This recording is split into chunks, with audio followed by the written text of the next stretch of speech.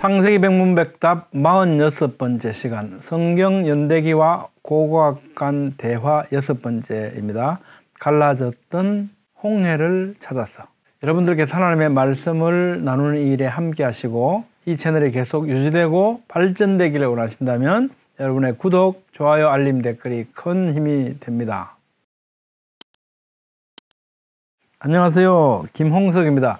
오늘은 성경연대기와 관련된 궁금한 과제들 가운데 12번째 과제 6번째 시간입니다.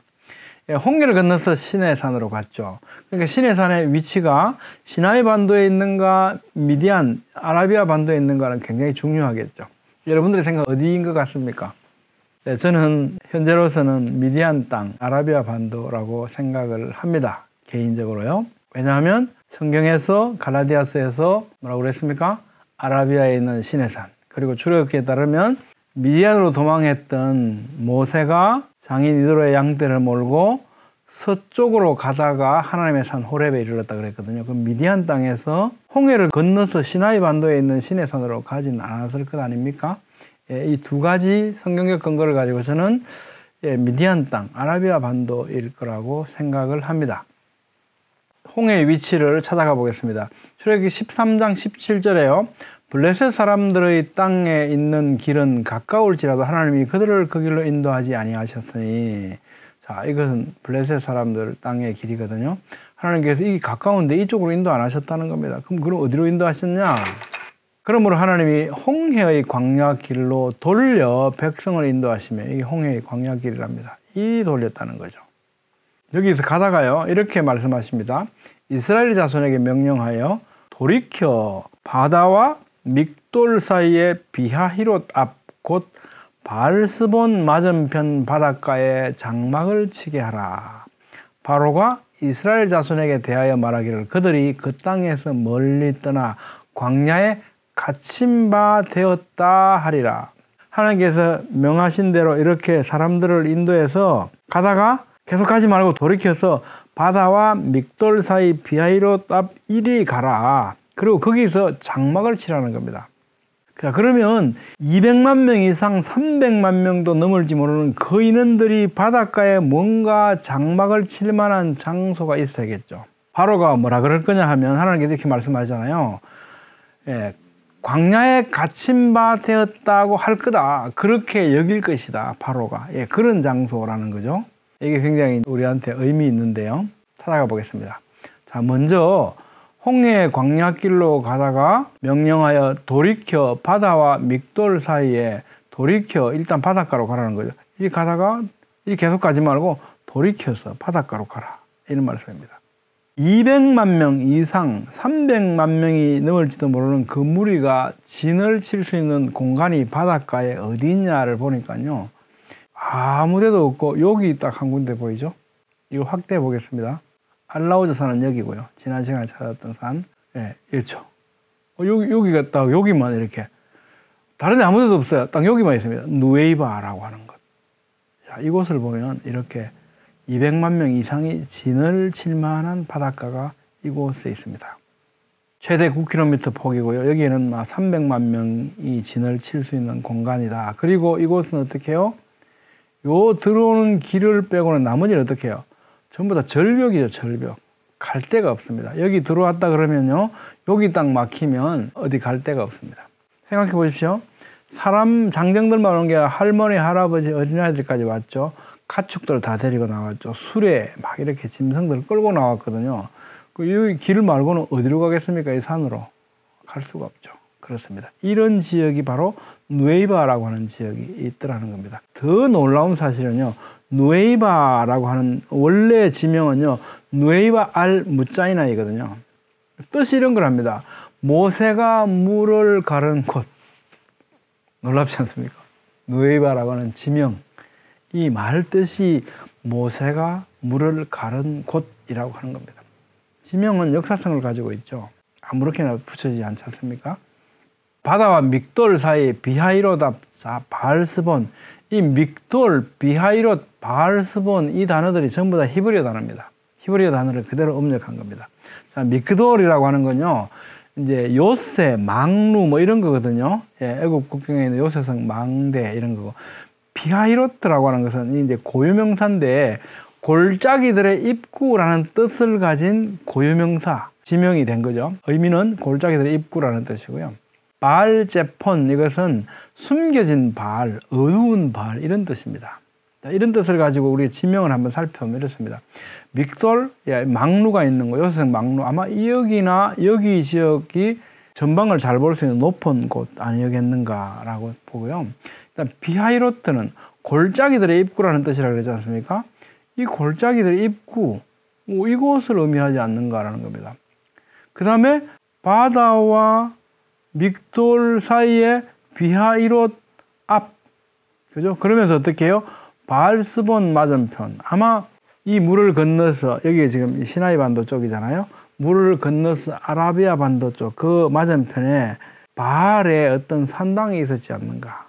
이렇게 생각해 볼 수 있겠죠. 자, 그러면 바로가 이스라엘 자손에게 대하여 말하기를 그들이 그 땅에서 멀리 떠나 광야에 갇힌 바 되었다 하리라. 바로가 그렇게 말할 거다라고 하는 것. 이게 이제 위에서 본 사진이거든요. 이 보면 완전 골짜기죠. 골짜기 코풀코풀합니다. 이 본 사진들 보면 양쪽에는 뭐 굉장히 가파르고요. 여기만 길이 이렇게 나 있거든요. 요 길입니다. 요 길. 여기가 어떻게 해요? 비하이롯 골짜기들 입구라는 거죠. 바다와 절벽으로 인해서요. 여기만 막히면 어디도 나갈 수 없는 곳이 됩니다. 이게 누에이바라고 하는 지역입니다. 이 누에이바는 어떻게 해요? 누에이바 알 무짜이나, 모세가 물을 가른 곳이라고 하는 지명을 가지고 있죠. 이스라엘 진 앞에 가던 하나님의 사자가 그들의 뒤로 옮겨가매 구름 기둥도 앞에서 그 뒤로 옮겨 애굽 진과 이스라엘 진 사이에 이르렀으니 저쪽에는 구름과 흑암이 있고 이쪽에는 밤이 밝음으로 밤새도록 저쪽이 이쪽에 가까이 못하였더라. 이 장면을 보면 저는 이런 영상을 해봅니다.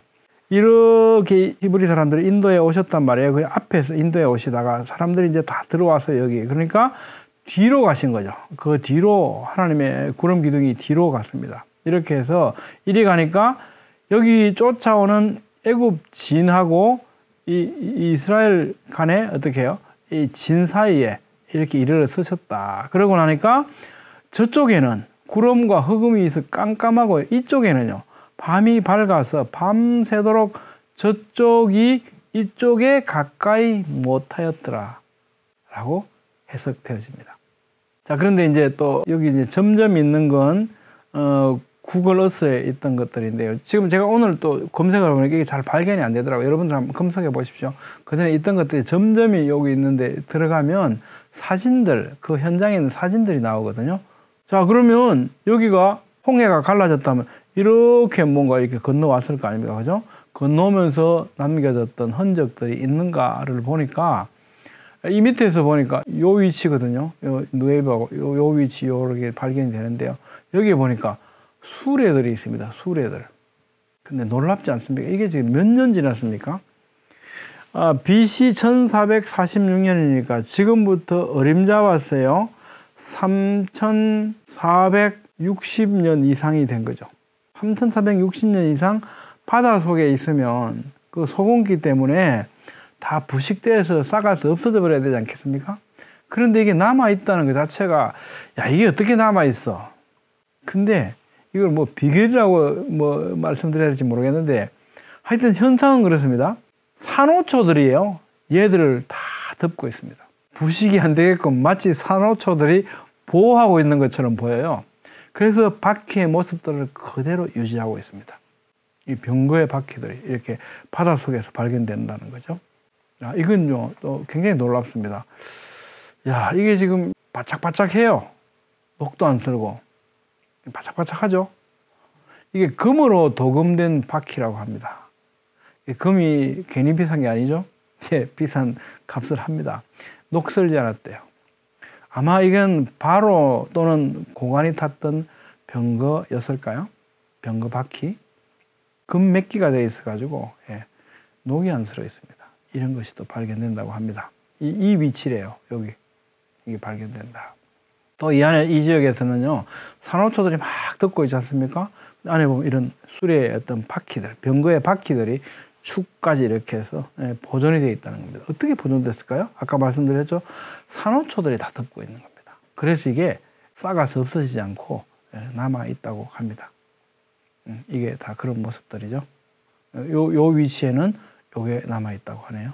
요게 아마 요거 같죠? 이쪽이 건넜던 홍해일까요? 그럴 가능성이 많아 보입니다. 산호로 덮여 있는 사람의 대퇴골 이런 것들이 이 산호로 덮여 있지 않습니까? 이건 산호를 뺏겨내니까 이런 모습으로 됐죠. 다수의 사람의 뼈와 말뼈들도 발견이 됐고요. 또 이거 말 발굽도 발견됐다고 합니다. 바닷속에 이런 것이 있다는 게 예사롭지 않죠. 병거 바퀴들 쭉 이렇게 발견이 되고요. 애굽 국립박물관 출애굽 당시 이집트의 병거 바퀴들을 보면 이런 모습을 갖고 있는데 이런 모습들 이라는 거죠. 그리고 이제 이쪽 지역에 보면요, 여기 이 지역이죠. 여기에 보면 삘라가 하나 있습니다. 기둥이 있는데 이걸 솔로몬의 기둥이라고 부릅니다. 여기에는 보면 이제 글자들이 풍상을 겪어서 잘 보이지 않는데요. 그래도 페니키아 고대 히브리어 글자들은 대부분 침식되어 사라졌는데 그래도 식별할 수 있는 글자들이 남아 있는데 미스라임은 이집트 않습니까? 미스라임. 이집트를 건설했던 그 조상들, 그죠? 함의 자손 미스라임. 그리고 죽음, 물, 바로, 에돔, 야훼, 솔로몬 등의 글자가 기둥에서 확인이 되는 겁니다. 그래서 이렇게 유추합니다. 솔로몬 시대 때 이 홍해를 건넜던 이곳을 기념하기 위해서 세운 기둥이 아니겠는가라고 유추를 해요. 1998년 디스커버리 뉴스에도 이렇게 파라오의 병거 아니겠는가, 그리고 파라오의 어떤 병정들이 들어가서 홍해에 수장됐던 흔적들 아니겠는가라고 보도를 한 적이 있습니다. 자, 그 다음에 열왕기상 9장 26절에 보면요, 에돔 땅 홍해 물가 엘롯 근처 에시온게벨이라는 말씀이 있거든요. 에시온게벨은 여기라는 우리 잘 알고 있거든요. 그럼 에시온게벨, 엘롯 근처 에시온게벨, 여기가 에돔 땅 홍해 물가라 그래. 이게 홍해라는 거죠. 홍해 물가. 그러다 보면 이게 홍해일 가능성이 많겠죠. 아라비아 반도 여기 있고요. 시나이 반도 여기고. 여기서 이렇게 누에이바를 거쳐서 이렇게 건너왔다. 여기가 홍해다라고 해석해 볼 수 있겠습니다. 자, 근데 이제 320km 정도가 되는데요. 어떻게 7일 만에 이걸 이렇게 건너올 수 있냐? 이렇게 건너왔다는 얘기인데, 그러면 어떻게 7일 만에 오겠냐? 또 보행 속도를 1시간에 4km 정도 해서 매일 11시간 반 정도를 행군하면 여기까지 올 수 있는데 7일 만에, 아니 애들도 있고 그죠? 노인들도 계시고 한데 어떻게 이게 매일 하루에 11시간 반을 보행 속도 4km, 이거는 우리 군인들이 행군하는 속도입니다. 이걸 가지고 어떻게 7일 동안 계속 할 수 있겠냐? 이렇게 하면서 사람들이 어떤 이제 의문을 제기하기도 하는데요. 근데 이 사건 자체가 어떻습니까? 예사로운 사건이 아니죠.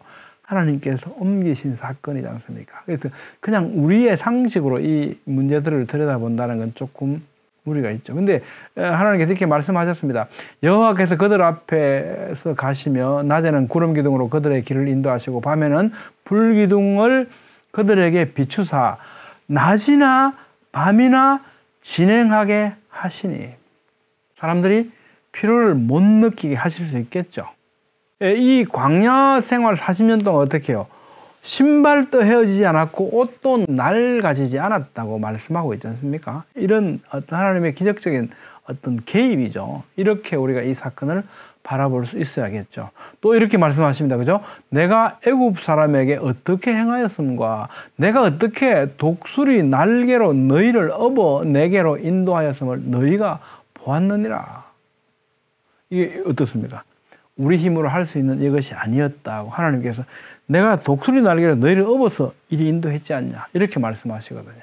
우리가 알고 있는 이런 상식적으로만 해석하려고 하는 건 곤란하고 하나님의 말씀에 근거해서 해석해 가는 것이 올바른 해석이 아니겠는가 생각해 봅니다.